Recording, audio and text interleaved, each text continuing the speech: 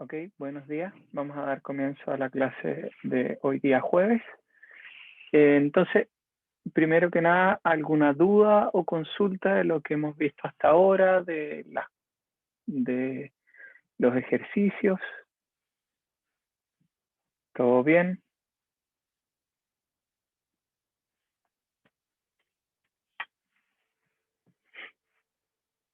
Si no hay consulta, vamos a continuar con la clase. Entonces, ¿qué era lo que empezamos a ver en este conjunto de información y de conocimiento que vamos a ir construyendo? Lo que habíamos visto ya era cómo se genera el terremoto, cómo se propaga el terremoto, cómo influye el efecto de sitio, el suelo por donde van a estar ubicadas las estructuras, y empezamos a ver cuáles eran los efectos que generaban este movimiento del suelo sobre la estructura.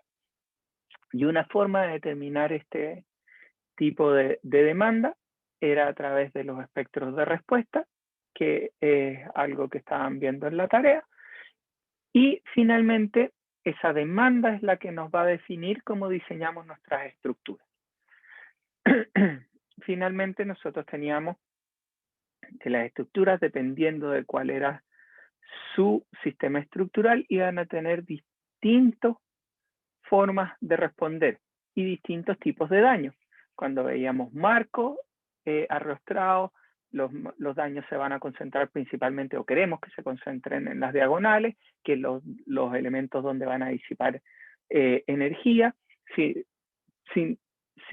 Pero nosotros veíamos o observamos que también se podían producir daños a nivel de las conexiones, que eran algo que no queríamos, en las placas Gusset, que unen el elemento conector, la diagonal con el sistema de columna y viga.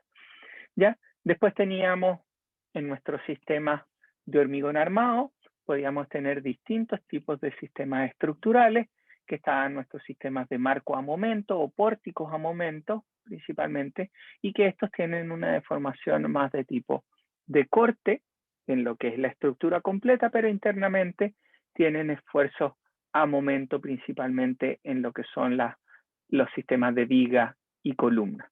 ¿Cuál es la principal diferencia entre estos sistemas de marcos con los sistemas de muros de hormigón armado en baja altura? Es la rigidez, obviamente. Si uno ve las inercias que pueden tener los elementos de columna, comparado con la rigidez que puede tener un muro que tiene una inercia bastante grande en su sección. ¿Cuál es el problema? A medida que esto se eleva en altura, obviamente esto pasa a ser una viga en voladizo o en cantilever, y por lo tanto su deformación empieza a ser mucho mayor y empieza a tener ya no un comportamiento a corte de muros más chato, empieza a tener un comportamiento en esbeltez de flexión, ¿ya? Entonces tenemos distintos tipos de comportamiento dependiendo de la geometría que tengan la estructura y cómo están conectadas en esta, y adicionalmente podríamos ver sistemas de muros acoplados, ¿ya?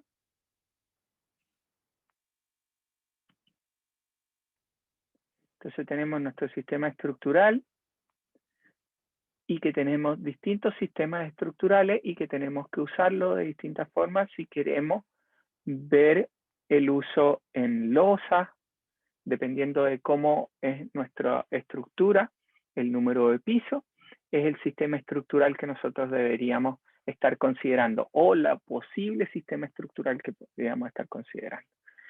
Si la estructura es baja, podríamos considerar un sistema de columnas con losas planas. En realidad no es muy recomendable este tipo de sistema estructural. ¿Por qué? Porque es muy flexible, ¿verdad? Porque la capacidad que tiene de formar un marco la losa es muy baja, porque su flexión, su capacidad de flexión es baja, ¿verdad? Para hacer el sistema. Bajos pisos se puede generar y se ha generado, pero no es recomendable en estructuras de altura. Nosotros que usamos típicamente en nuestro sistema de edificios de uso habitacional, estamos acostumbrados a nuestros losa plana con muros de hormigón armado y muros acoplados con viga o con sistemas de marco adicionalmente. Entonces tenemos nuestro sistema estructural de losa y viga y que vamos a ocupar, ¿verdad? Mientras más alto el edificio, tenemos que usar un sistema estructural un poco distinto, ¿ya? Entonces tenemos muros de acorte con sistemas de marco, tenemos muros acorte con sistemas de marco y vigas, ¿verdad? Que se generan en nuestra estructura. Entonces también empezamos a hablar de cuál debería ser el objetivo principal que nosotros queremos como en nuestro diseño de estructura. Entonces nuestro objetivo general, prevenir el colapso de las estructuras en un terremoto extremo, lo que se llama life safety, que es seguridad de vida. Es decir, que nuestras estructuras no generen daño de vida a las personas. ¿Es esto suficiente hoy en día? Es una de las preguntas que nos tenemos que hacer y es que lo que vimos la clase anterior. Y la respuesta es no. Hoy en día nosotros queremos no solo un requerimiento de prevención de colapso, ¿verdad? Es decir, life safety, sino adicionalmente queremos que nuestras estructuras sean capaces de tener operación después de ocurrido el gran terremoto. ¿Por qué? Porque si nosotros pensamos en un edificio con un gran número de personas que lo habitan, si el edificio queda dañado para un gran terremoto, tenemos un desplazamiento de personas muy grande en un corto tiempo y eso significa un problema, ¿verdad? Donde podemos alojar a estas personas en el entretanto de que la estructura se repara. Si el edificio era muy alto y queda dañado, no solo el edificio tiene que ser abandonado, sino también si hay peligro de colapso, las estructuras adyacentes al edificio también se verán impactadas y por lo tanto empezamos a tener un impacto muy grande el que se genere un daño. Y nuestra normativa, obviamente, tiene que ir acorde a esos casos. La filosofía hasta que se ocupa hasta ahora es esta, es de prevención de colapso. Aunque para un terremoto excepcional hayan daños importantes, la estructura no colapsa para que las personas salgan con vida. Pero no habla de que tengamos que tener continuidad de operación, ¿ya? No tenemos muy claro estos niveles de desempeño que nosotros queremos en nuestras estructuras. Lo que decimos es que para terremotos excepcionalmente grandes no colapse la estructura y no sea riesgo de vida para las personas. Ya no tomamos en consideración que queremos tener ciudades resilientes y por eso es tan importante esta filosofía de diseño y entender muy bien cómo está comportándose la estructura para saber si vamos a tener una respuesta resiliente de nuestra estructura después de un terremoto o cómo lo logramos, ¿ya? Entonces, ¿qué es deseable? Comportamiento dúctil. Siempre hablamos de una estructura que es un comportamiento dúctil. ¿Qué significa tener un comportamiento dúctil? ¿Alguien me puede decir? ¿Lo han visto en otros cursos? ¿Lo pueden haber visto en hormigón, en estructuras de acero, en los que hayan realizado? ¿Alguien me puede decir qué significa tener un comportamiento dúctil?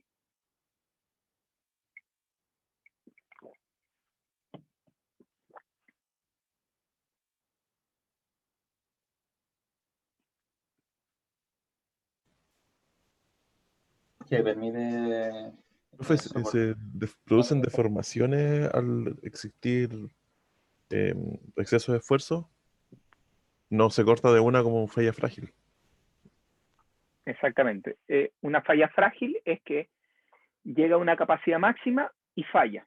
Cuando hablamos de una falla dúctil, es una falla que la estructura llega a su capacidad de fluencia, ¿verdad? Empieza a fluir y permite tener una capacidad posterior a la fluencia, ¿ya? En el cual la estructura tiene una elongación y la ductilidad se mide a través de la deformación de fluencia con respecto a la deformación última, que vamos a ver un poco más adelante y vamos a ver algunos casos o ejemplos de esto.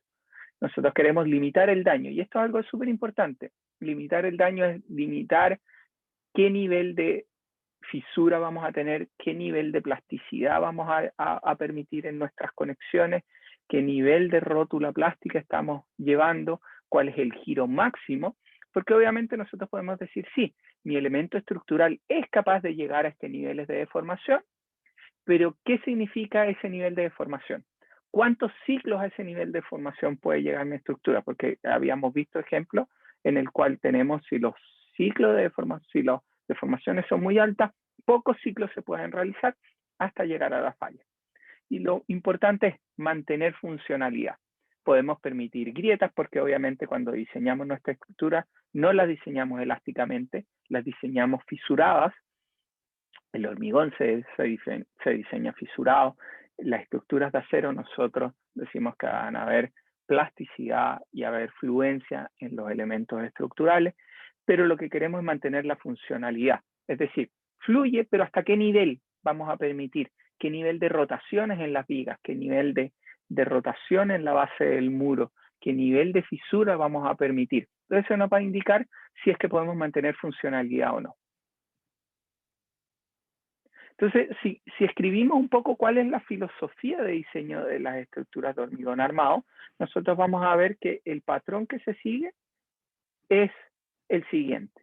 Hay que obviamente elegir los elementos en una estructura de marcos, ejemplo, de marcos o vigas de acople en muro que actuarán como fusibles, es decir, que fluirán durante el terremoto. Porque nosotros tenemos nuestra estructura, como habíamos visto, este sistema de marco en el cual nosotros queremos que nuestras vigas sean las que se rotulen y no la columna en el primer piso para que ocurra el piso blando. Entonces yo creo que mi fusible en las zonas donde empiece a disipar energía, porque nosotros sabemos que nuestra estructura, para poder absorber la energía que le está entregando el terremoto a la estructura, la tiene que absorber y disipar de cierta forma. La puede disipar a través de amortiguamiento, pero sabemos que los amortiguamientos de nuestra estructura son bajos, a menos que metamos algún sistema de amortiguamiento adicional. Un sistema de amortiguamiento a través de damper, de amortiguadores, como podría ser algo similar como lo que ustedes ven en las bicicletas de mountain bike, estas que tienen sistemas amortiguadores en la rueda, muy similar, pero en tamaño mucho más grande, que amarran en diagonal 2, 3 pisos, dependiendo de cómo sean las deformaciones que vayan, y este sistema de amortiguamiento permite disipar la energía a través de las deformaciones que se van a producir dentro de la estructura. ¿Ya? Pero nosotros estamos hablando en el diseño normal, tradicional, de estructura, sin estos sistemas de disipación adicional de energía. Entonces buscamos nuestro fusible, cuál va a ser el elemento que va a fluir primero, ¿ya? Nosotros sabemos que hay unos elementos que van a ser dúctiles, hay otros elementos que van a ser frágiles.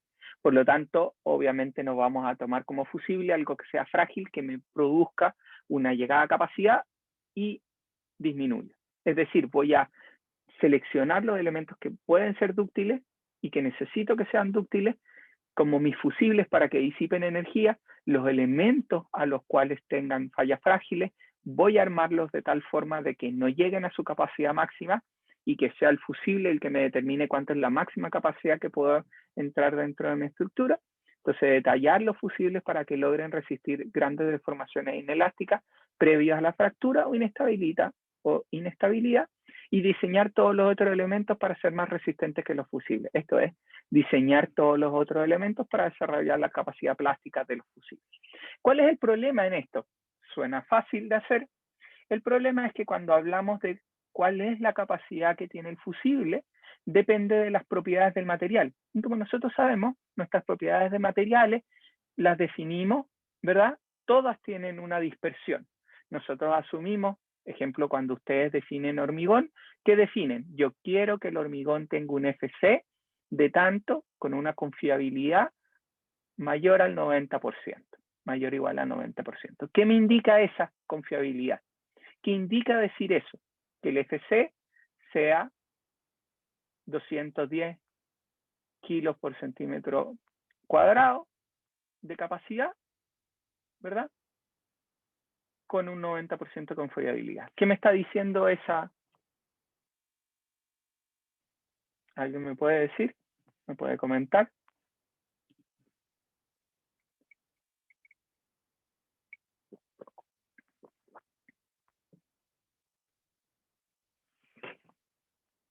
Esto tiene que ver con las probetas que yo ensayo para ver si estoy llegando a la capacidad que necesito. ¿Qué significa que tenga 210 con 90% de confiabilidad?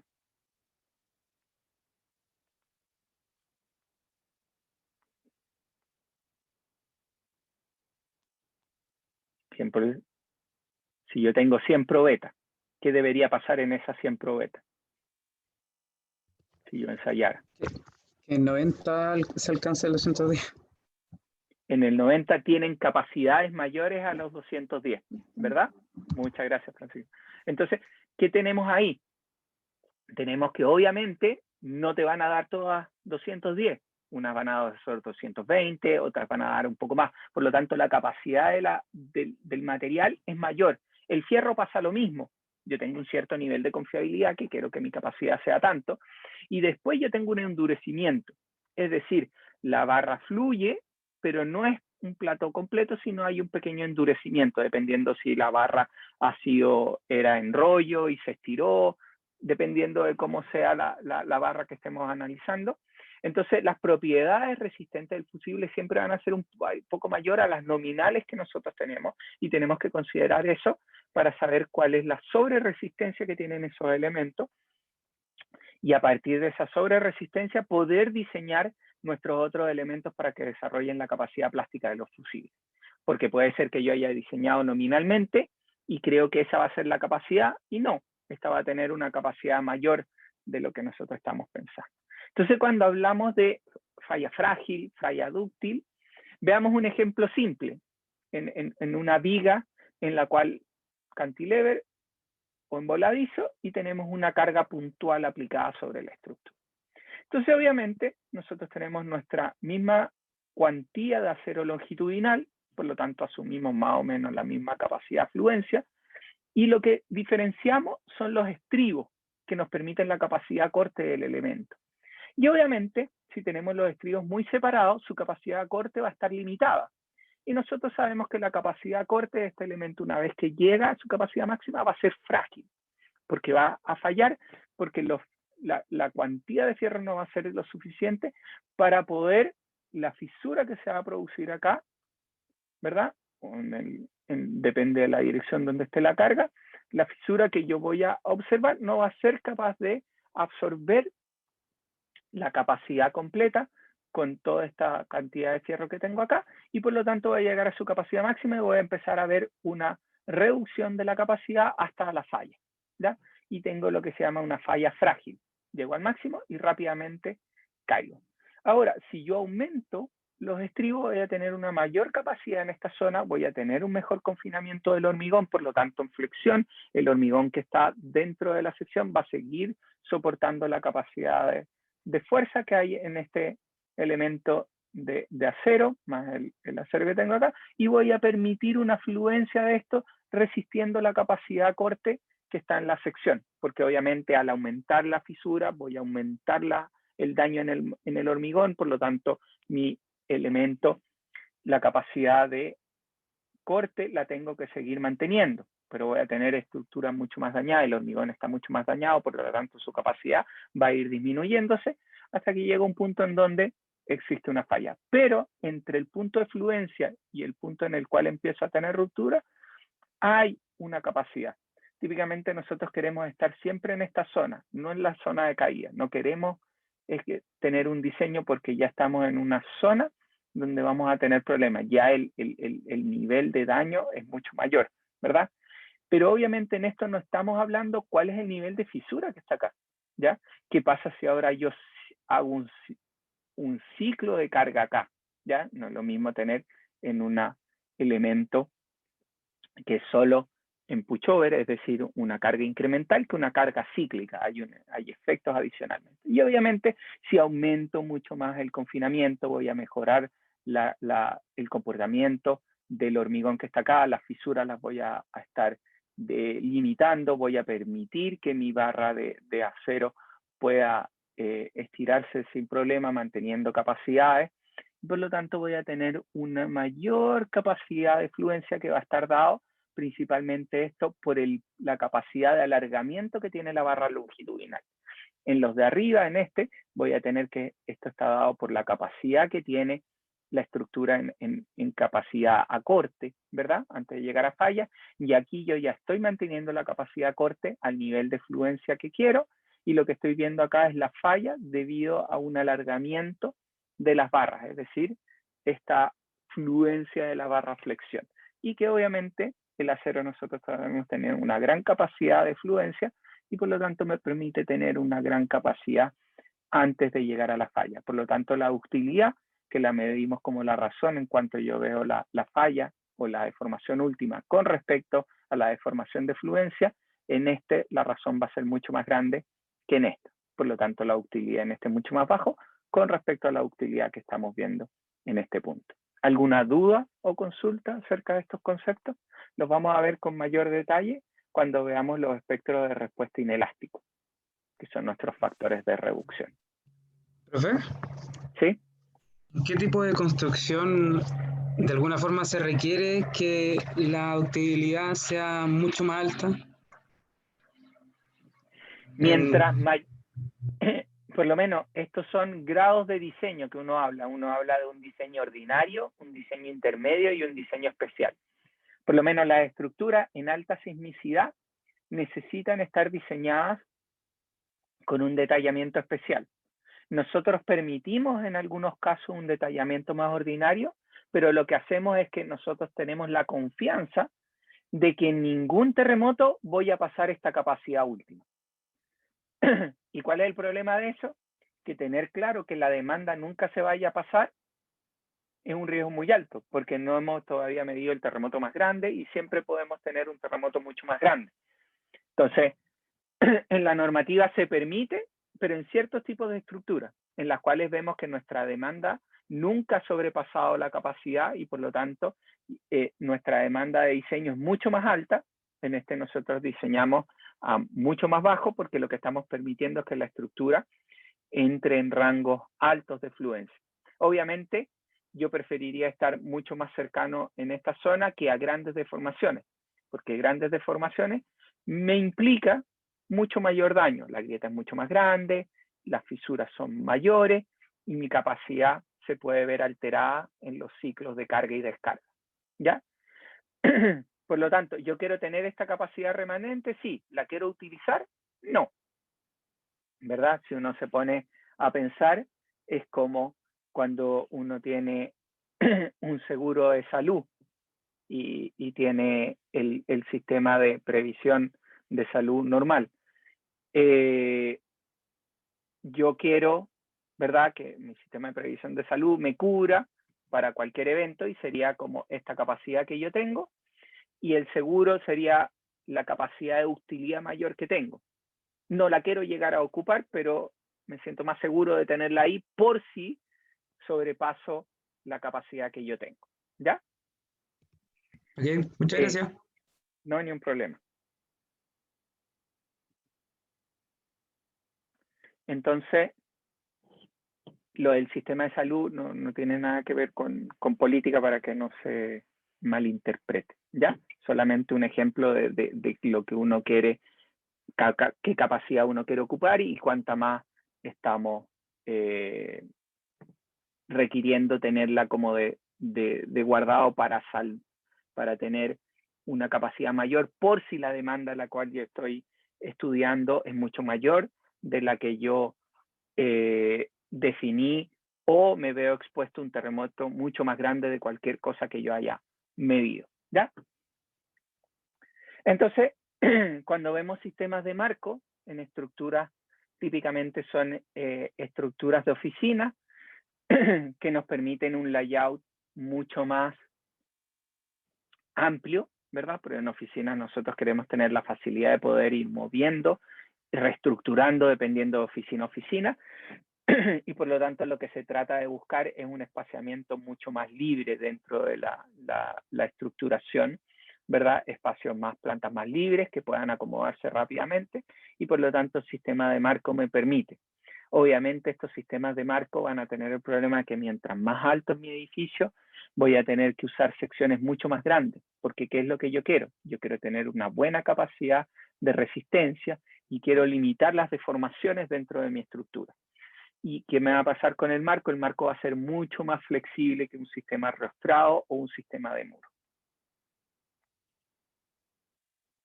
Entonces aquí vemos un ejemplo de un sistema de marco. Tenemos el sistema de vigas con losa, ¿verdad? Y este tiene que resistir los esfuerzos a través de un sistema a momento. ¿Cómo son los esfuerzos internos en el sistema de marco cuando este se ve deformado? ¿Verdad? Cuando nosotros vamos en esta dirección, tenemos cargas de momento en las vigas, en las columnas, ¿verdad? Y esto es un corte que va a través de los elementos. Y si se fijan, la sección de conexión, o esta unión, tiene que ser capaz de absorber los esfuerzos que están siendo sometidas en la estructura. Si esto es muy blando, se va a tender a deformar, ¿verdad? Y vamos a tener esfuerzos, si se fijan acá, esto está mucho más largo que esta dirección y por lo tanto acá yo voy a ver en este caso un puntal de tracción en esta dirección y un puntal de compresión en esta, y por lo tanto debería haber grietas en esa dirección. Ahora si vamos en la otra dirección, vamos hacia allá y vemos los esfuerzos internos que vamos a tener el momento aplicándose en esta dirección, una carga axial más una carga de corte, y en la viga vamos a ver un momento en la otra dirección porque ahora me estoy moviendo hacia el otro lado, ahora la carga va hacia acá. Por lo tanto, si vemos el nudo, vamos a tener un punto de compresión acá, un punto de compresión acá, un punto de compresión acá, y esto lo que me va a dar es este puntal de compresión y este puntal de tracción. Si vemos en los fierros, voy a tener que el fierro va a querer estirarse, la fisura es donde va a haber fluencia de mis barras, y para yo poder generar la capacidad en la barra, tengo que tener el empotramiento suficiente de esta barra para poder permitir que esta barra se elongue sin tener un deslizamiento, ¿ya? Entonces voy a tener que, lo mismo pasa acá, la barra que está a tracción, que es la que toma porque sabemos que el hormigón no es capaz, tiene que generar el empotramiento suficiente para poder generar el tirón o la capacidad de resistir el tirón que está en esta zona. Y aquí tenemos la compresión y si vemos los esfuerzos, obviamente vamos a tener nuestro puntal de compresión y nuestro puntal de tracción. Y obviamente donde está la dirección del puntal de tracción es donde se van a empezar a abrir las fisuras, a mostrar. Y como esto es cíclico, debería haber fisura en las dos direcciones, fisura en estos elementos. ¿Alguna duda o consulta acerca de este esquema?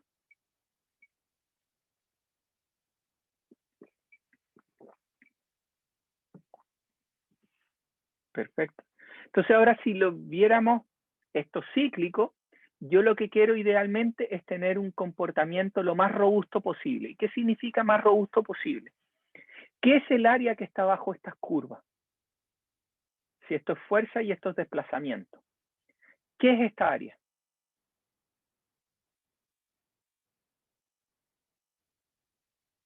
¿Qué es el área bajo la curva de fuerza por desplazamiento?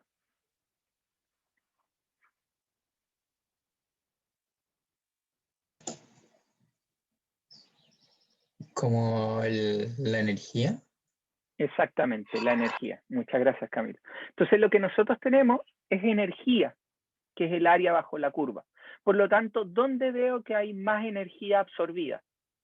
Obviamente en este, porque los ciclos de histéresis son mucho más grandes, son redonditos, por lo tanto el área completa que hay en un ciclo de carga y descarga es mucho más grande que en este ciclo de carga y descarga, ¿verdad? Por lo tanto, en este sistema yo tengo una capacidad de disipación de energía menor. Y como ya habíamos hablado, el terremoto te da energía, genera movimiento y por lo tanto la estructura, la única forma que tiene para detenerse o ser capaz de absorber esa energía es disiparla.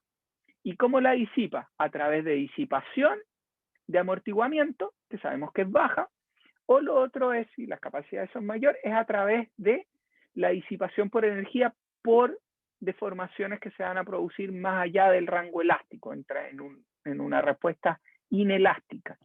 Entonces lo que nosotros queremos es una respuesta inelástica que sea con ciclos de histéresis grandes, que sea capaz de disipar harta energía en cada uno de estos.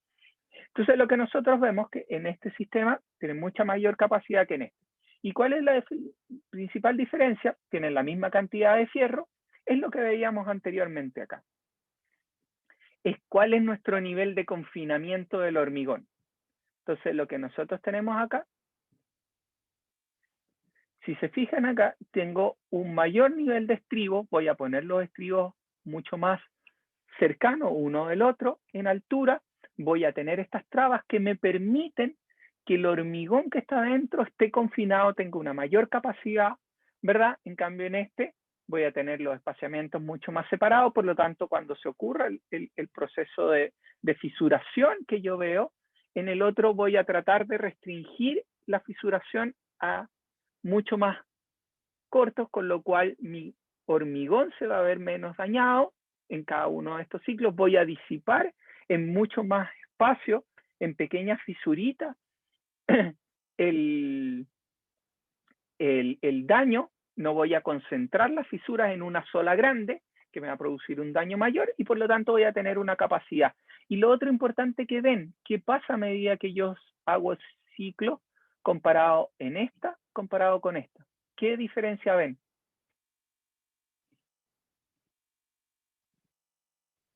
Si yo viera la envolvente.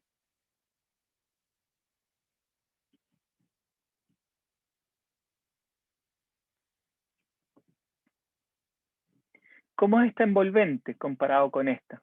Entonces aquí yo veo una degradación de la capacidad en cada uno de estos ciclos y por lo tanto, para tratar de representar más, va a llegar a ciclos mucho más grandes, mucho mayores deformaciones, mientras que este me mantiene la capacidad aún cuando yo tenga deformaciones grandes de la estructura. Entonces esta me permite disipar y mantener la capacidad de la estructura a mayor rango de desplazamiento, mientras que esta, a mayores rangos de desplazamiento, voy a tener una reducción en la capacidad, porque obviamente las grietas son más grandes, por lo tanto la pérdida de capacidad es mucho mayor dentro de mi estructura, o el daño producido dentro del elemento va a ser mucho mayor. Aquí también, al tener los estribos más separados, cuando tenga compresión y tracción, mis barras se pueden ver pandeadas, como habíamos visto en los ejemplos, mientras que acá voy a tener los estribos mucho más cercanos y voy a estar confinando de mejor manera y restringiendo el pandeo de las barras también. Por lo tanto, me va a permitir mantener la capacidad de tracción y compresión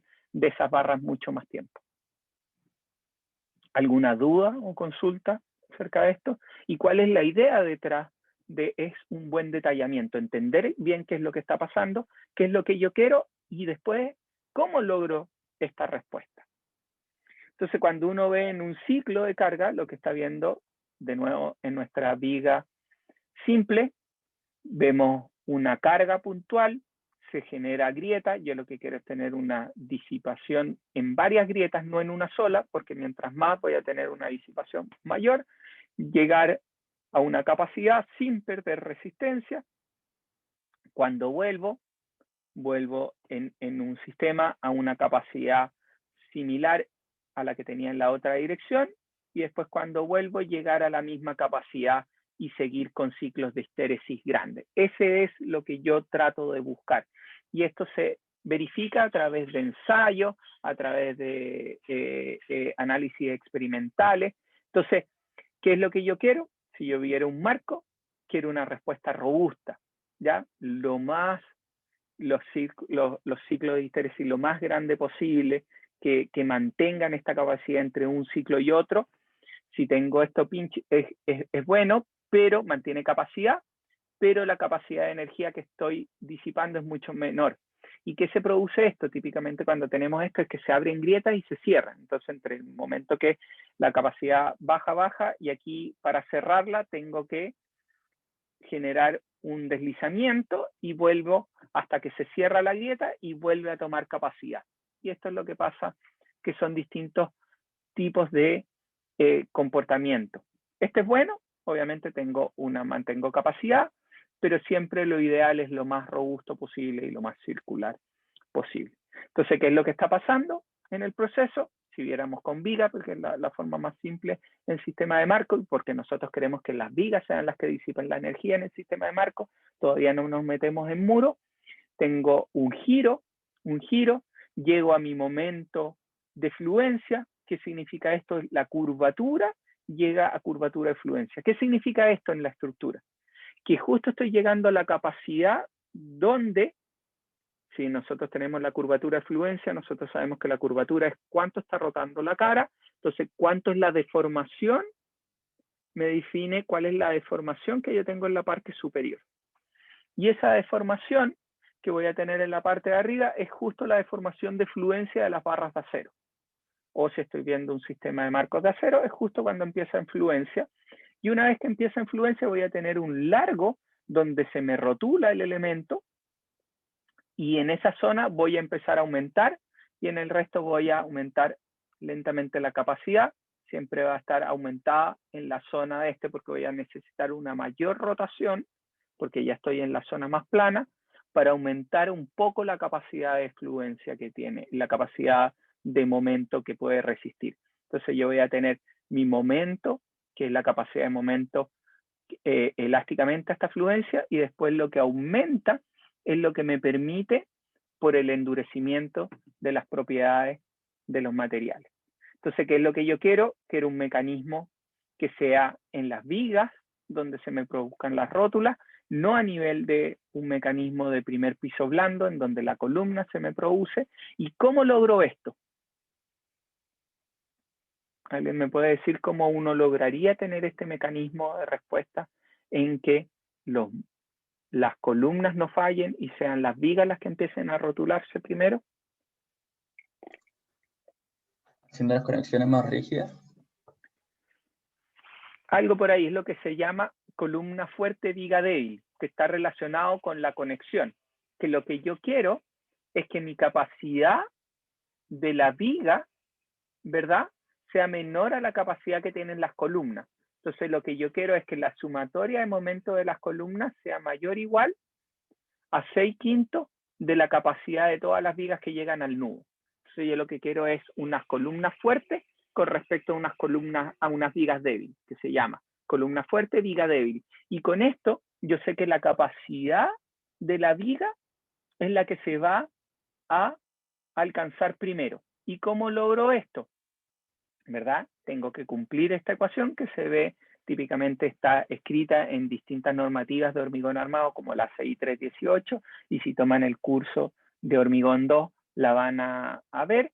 Y después yo tengo que tener que la capacidad de momento, de corte que aguanten mis vigas, tiene que estar completada. Y para eso lo que tengo que ver es que la capacidad de momento plástico que se va a producir ahí, o momento probable, que se va a producir en las zonas de unión, el corte esté diseñado para ese nivel, de forma tal de que yo tenga la resistencia a corte en esta zona y ver este comportamiento dúctil. Si yo no verifico eso, aunque le ponga el fierro que le ponga en flexión, primero va a fallar por corte porque no tengo la capacidad de desarrollar toda esa fuerza a flexión de las barras. Entonces eso es algo importante que tenemos que ver. Y de esta forma podemos decir momento probable, partido por el largo, me va a determinar el corte si es que yo no tuviera carga distribuida a lo largo de mi elemento viga. Ahora si entramos a los elementos muros, ¿verdad? Nosotros podemos tener sistemas de muros solos o sistemas de muros acoplados. Típicamente en nuestra estructura, en la zona perimetral, vamos a tener muros acoplados y en las zonas internas vamos a tener muros acoplados a través solamente de las losas. ¿Qué significa que esté acoplado? Es decir, cuando yo desarrollo el momento de este elemento, porque sería las fuerzas por los brazos de palanca, esa fuerza, y me daría un momento, ¿ya? El acople significa que el momento no solo está transfiriéndose por lo que aguanta en flexión ese muro y por lo que aguanta en flexión ese muro, sino también por una combinación de unas patas de fuerza que se producen acá. Es decir, si esto va hacia acá, voy a tener una carga de tracción y una carga de compresión, aparte de los momentos que se pueden producir en esta zona. ¿Verdad? Voy a tener esos dos momentos más ese brazo de palanca del sistema. Entonces, cuando veo estos esfuerzos internos que están ocurriendo dentro de mi estructura, ¿verdad? Tengo que ver cómo vamos a diseñar estas estructuras. Entonces, habíamos visto el sistema de marco tiene más un comportamiento a corte, mientras un sistema de muros, mientras más alto es, va a tener un comportamiento más a flexión. Y lo que yo hago con el acoplamiento de estos dos sistemas es permitir tener una respuesta que restringe de cierto modo y trata de que la estructura no se deforme solo por flexión, ¿ya? Y permita tener una gran capacidad de resistencia por la unión del sistema, ¿ya? Porque no le permite a la estructura que flecte tanto y tenga una buena capacidad de transmitir los esfuerzos de corte debido a este muro de hormigón armado que tengo anidado acá. Entonces, ¿qué es lo que yo tengo en mi estructura? Tengo mis muros permiten transferir las cargas a lo largo, ¿verdad? No solo las cargas laterales, típicamente los muros de hormigón armado también permiten transferir las cargas verticales de peso propio del sistema. Entonces, lo que yo tengo es, mis losas tienen un cierto nivel de carga, tienen, debido al sismo, se está acelerando la losa, por lo tanto, la masa de la losa está siendo acelerada, genera una fuerza. Esta fuerza tiene que viajar hasta el muro, que es algo súper importante. Igual lo mismo pasa en el sistema de vigas. Las losas transfieren las cargas al sistema de marco, entonces el sistema de marco tiene que ser capaz de resistir eso. En este caso tenemos el sistema de losas, transfiere las cargas a los muros, ¿verdad? Y de los muros viajan hasta las fundaciones. Entonces tenemos que ser capaces de ver todo ese viaje de carga desde la losa a los muros y de los muros al sistema de fundaciones. Entonces, si en el minuto en el que nosotros hagamos alguna singularidad en el sistema de cargas verticales, tenemos que ver cómo viaja esa carga dentro de la estructura y qué esfuerzos adicionales puede generar ese viaje de carga. Entonces, aquí está lo que estábamos hablando del acoplamiento. ¿Alguna duda hasta ahora? No sé si voy rápido, voy bien. ¿Tienen alguna duda? ¿Una consulta?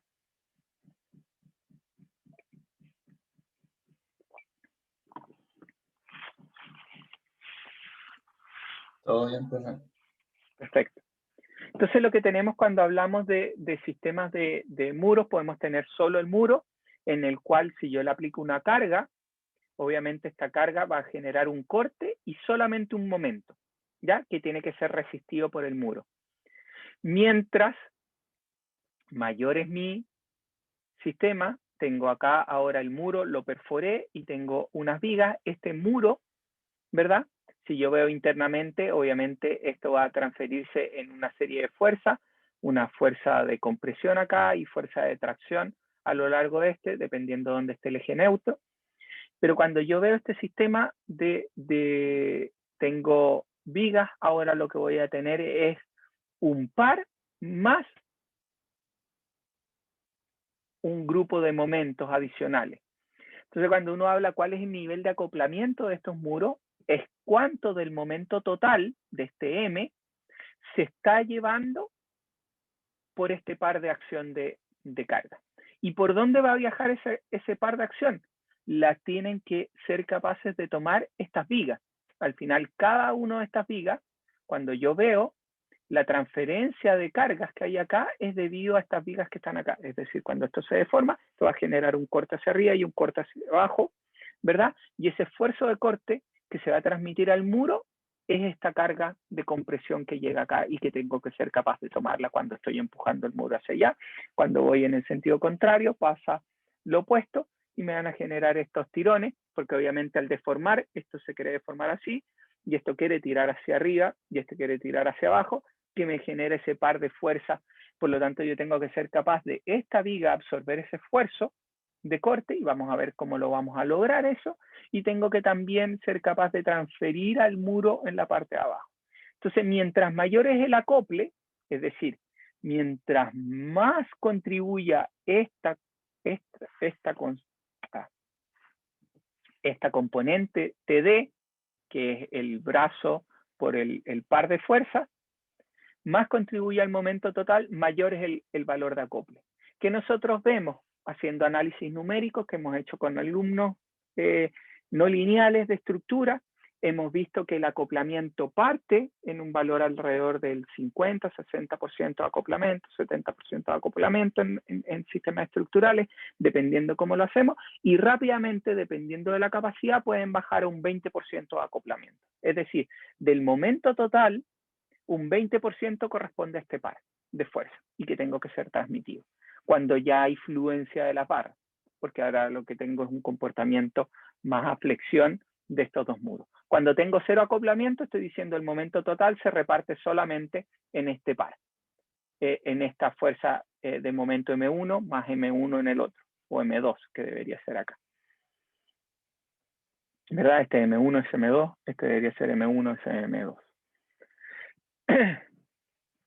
Entonces lo que tenemos acá en el sistema de mientras más bajo es menor este esfuerzo y más es los momentos que se están transfiriendo de este muro. Entonces si vemos un esquema directo de este acoplamiento que se estaba produciendo en mi elemento, tenemos estos esfuerzos de corte que tratan de mantener la estructura. Dependiendo cuán largo es la viga, yo voy a tener una doble curvatura. Mientras más angosta, la única opción que tengo acá es un desangulamiento de mi viga. Mientras más corto es esto, voy a pasar de doble curvatura a simplemente una deformación angular del sistema. ¿Y que me puede traducir en una falla de corte? De nuevo, porque tengo esta fisuración, por lo tanto tengo un puntal de compresión y un puntal de tracción. ¿Qué se hace en ese diseño? En este diseño uno pasa unas especies de fierro y genera una especie de columnas empotradas dentro de estas vigas de acople que permiten absorber el puntal de compresión y el puntal de tracción que se está produciendo debido a la deformación y que no se me produzcan estas fallas tan grandes en el sistema. Entonces puedo tener un buen armado de esto.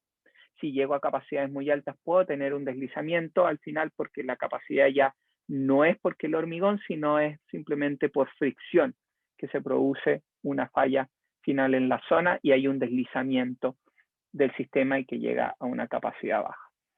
¿Qué pasa en nuestro país?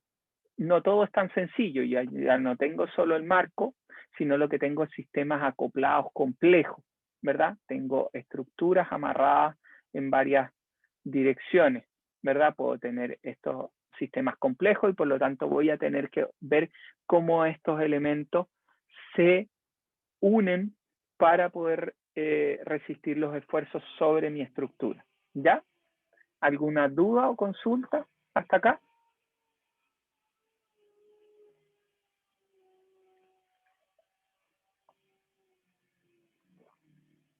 Entonces, veamos qué modos de falla podemos ver en muros cuando los vemos aislados.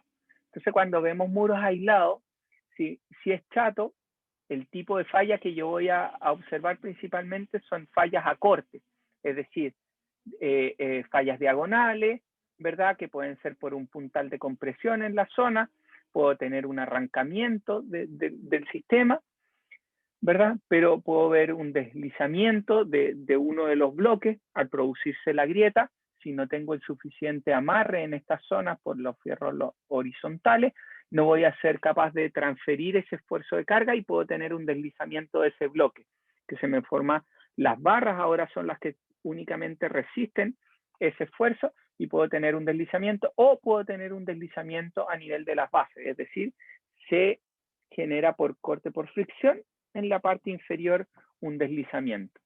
Si ahora veo elementos más a flexión, voy a tener un comportamiento en el cual mi estructura se flexa y por lo tanto, igual que en una viga, voy a ver un gran alargamiento y lo que quiero es lograr una buena distribución de mis grietas en altura, ¿ya? No quiero tener una distribución y que después, debido a corte, se me produzca una falla, tener un buen comportamiento acá, ¿verdad? Tampoco quiero que mi estructura se deslice completamente en algún punto por algún sistema, porque también tenemos que ver que cuando construimos muros, estos muros no se construyen el muro entero, se va construyendo por zonas, por lo tanto están las zonas de junta de hormigonado. Por lo tanto, esas juntas las tenemos que tratar antes de tirar el hormigón nuevo, ¿verdad? Entonces se tienen que generar, dependiendo del tiempo que ha pasado entre la tirada del hormigón anterior y el hormigonado de la nueva sección sobre este elemento, tenemos que tener cuidado con eso. Sobre todo esto está pasando en estas épocas porque tuvimos la pandemia, hubo cierre de obras, por lo tanto hubieron varios meses entre que no se siguió el proceso constructivo, por lo tanto tenemos juntas de hormigonado que tienen que ser tratadas especialmente, porque típicamente lo que pasa en una hora son cada 7 días, vamos haciendo un piso a la vez, por lo tanto nos permiten que el tiempo que haya pasado entre el hormigón antiguo y el hormigón nuevo no sea tan alto y se pueda constituir un buen acoplamiento entre los dos. Por lo tanto, se puede hacer un tratamiento. Mientras más tiempo pase, voy a tener que hacer algún tratamiento con algún químico para poder hacer que la junta de hormigonado quede de buena forma y no se produzca una prefalla en esa zona que después cuando venga el terremoto no sea capaz de transferir el corte en esa zona y se genere un deslizamiento, ¿ya? Y por último podemos tener flexión y después por efecto de corte también se produce un esfuerzo a nivel de las barras y hay una deformación. Por lo tanto, tenemos que ver cuánto es deformación por flexión, cuánto es deformación por corte, qué es lo que está influenciando más en la respuesta del muro y cómo el muro me está respondiendo. ¿Alguna duda sobre esto?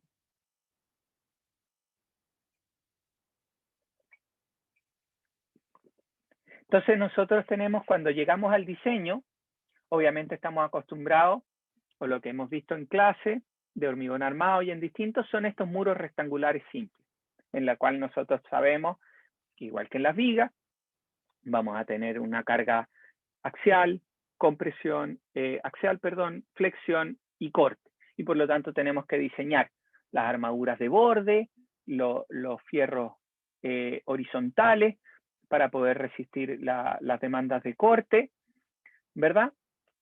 La capacidad de esta sección de resistir la carga compresión, pero sin embargo lo que nosotros tenemos en nuestra estructura no son estas secciones simples, pueden ser secciones I, pueden ser secciones T, pueden ser secciones bastante complejas, sobre todo en la zona de ascensores, donde tenemos la caja de ascensores, ¿verdad?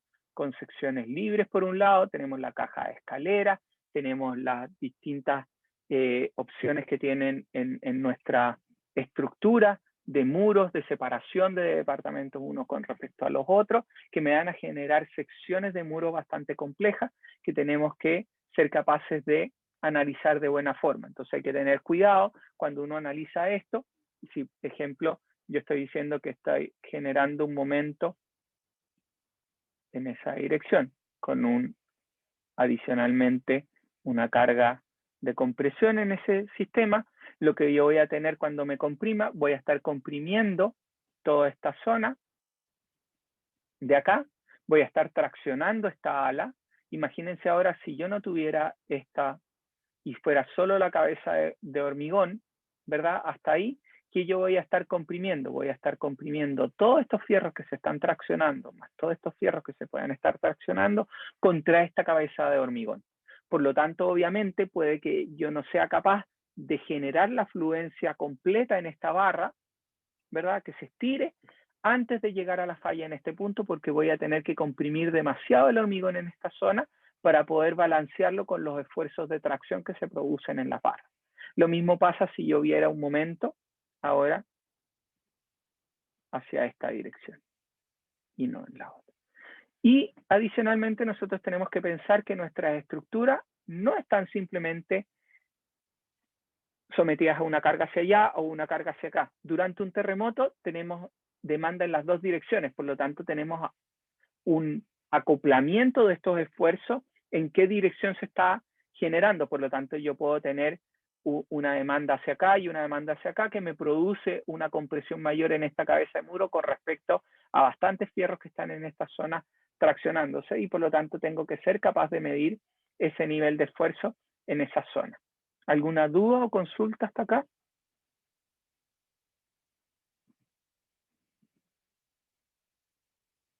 Entonces, si vemos esfuerzo-compresión, voy a tener una distribución de deformaciones unitarias que me van a producir compresión y tensión dentro de la estructura, y mis fierros tienen que ser capaces, yo voy a tener acá, si se acuerdan de hormigón, solo esta zona, que es la zona que se está comprimiendo, voy a tener mi zona de compresión, toda esta zona no va a ser capaz de transferir carga del hormigón a tracción, ¿verdad? Porque está fisurado y por lo tanto la tengo que tomar a través del acero.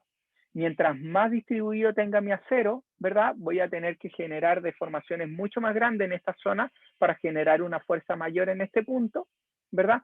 Si tengo mucho fierro en esta zona, voy a generar una gran compresión, pero un valor menor acá. Entonces tengo que balancear bien qué es lo que yo quiero. Quiero tener grandes deformaciones acá que me permitan fluencia, pero que esta deformación sea distribuida en altura y que sea capaz mi sección de tomar eso sin generar un daño posterior, ¿ya?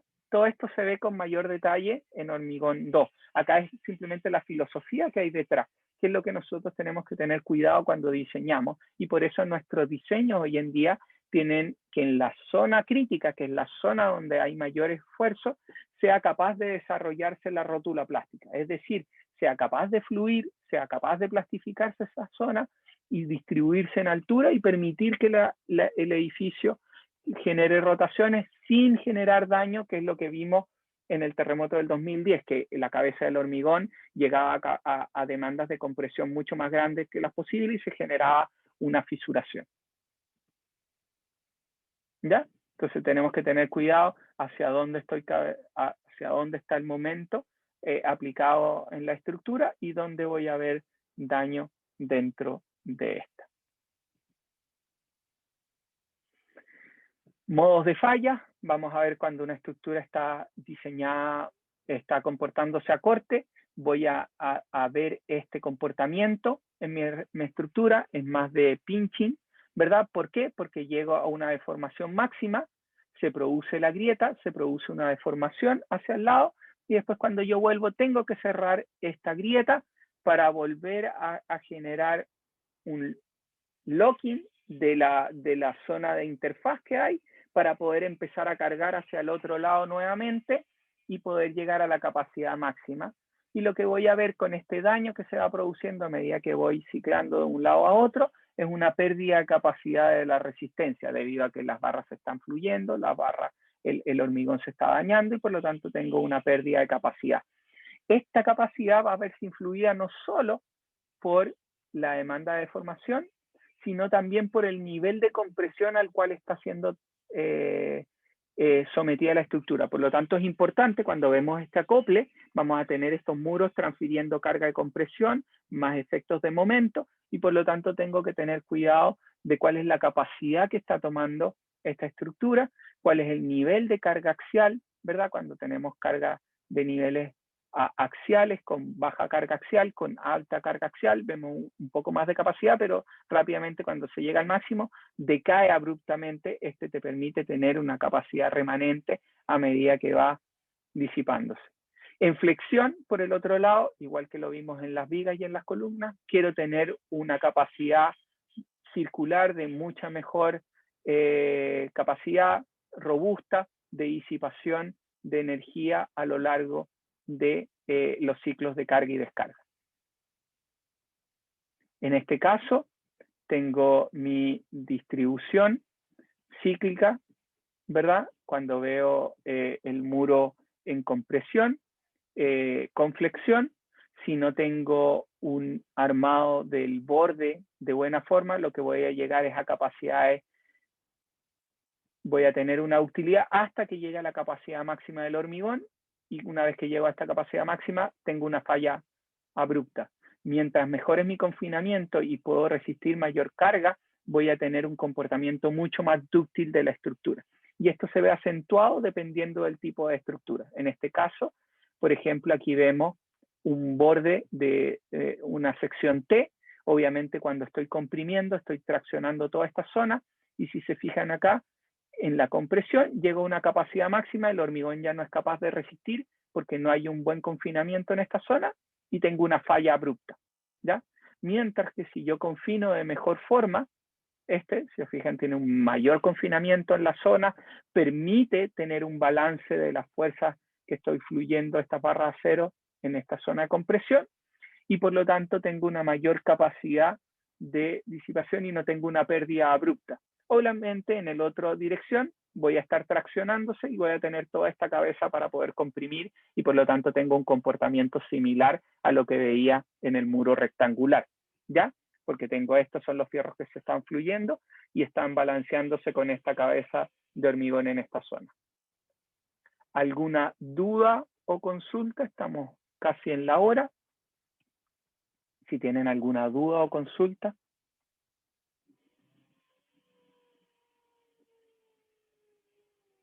¿Todo claro?